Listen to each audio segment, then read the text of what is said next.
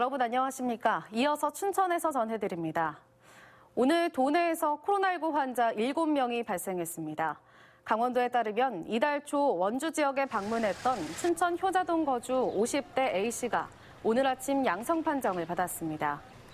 A씨는 홍천 반곡초등학교 교직원으로 연수 중이라 학생과의 접촉은 없었지만 함께 연수를 받던 도내 다른 학교 교직원들이 접촉자로 분류됐습니다.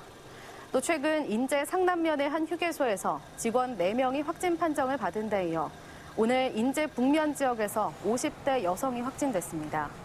원주에서는 자가 격리 중이던 접촉자 위주로 환자 5명이 추가됐습니다.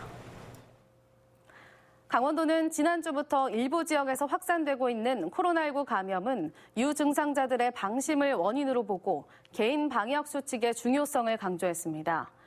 원주의 경우 의료기기 판매업체의 설명회가 실내 공간에서 열렸는데도 강사와 이용자 등 대부분이 마스크를 착용하지 않았고 일부는 증상이 있는데도 계속 출근해 2차, 3차 감염을 일으켰다고 밝혔습니다. 또 이번 소 집단 감염 사례의 81%가 60대 이상 고위험군에 속해 검사를 권유받고도 신속하게 검사를 받지 않았고 가족이 확진자 판정을 받았는데도 다중이용시설을 방문했다고 밝혔습니다. 춘천 레고랜드 테마파크 개장이 또 연기되면서 비판 여론이 커지고 있습니다.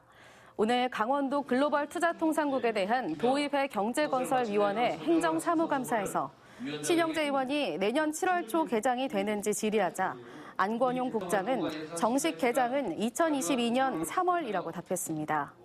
이와 함께 국민의힘 강원도당은 최문순 지사의 7번째 말바꾸기라고 비판했고 시민사회단체들은 완공된다 해도 강원도에 수천억 원의 빚만 남기게 될 것이라며 사업 중단을 촉구했습니다.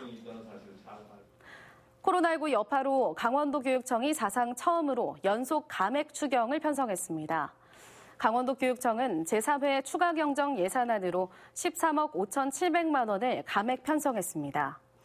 도교육청은 코로나19 장기화로 취소, 축소된 사업비와 2월이 예상되는 예산을 줄였습니다. 대신 교육재정 안정화 기금에 560억 원을 적립해 재정 안정화 기금은 3,090억 원에 달하게 됐습니다.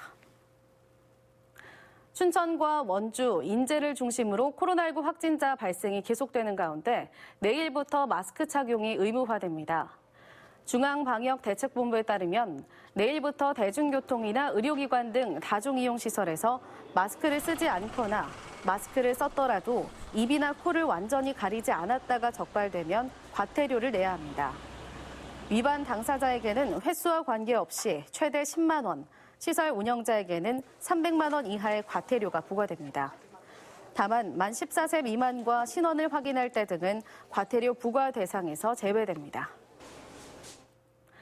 코로나19가 장기화되면서 강원 지역 자영업자 수가 크게 줄어들고 있습니다.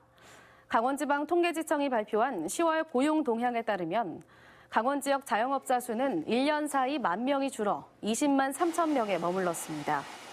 특히 직원이 없는 1인 자영업자 폐업이 늘어나 1인 자영업자의 수가 7,000명 줄어든 16만 2천 명으로 감소했습니다.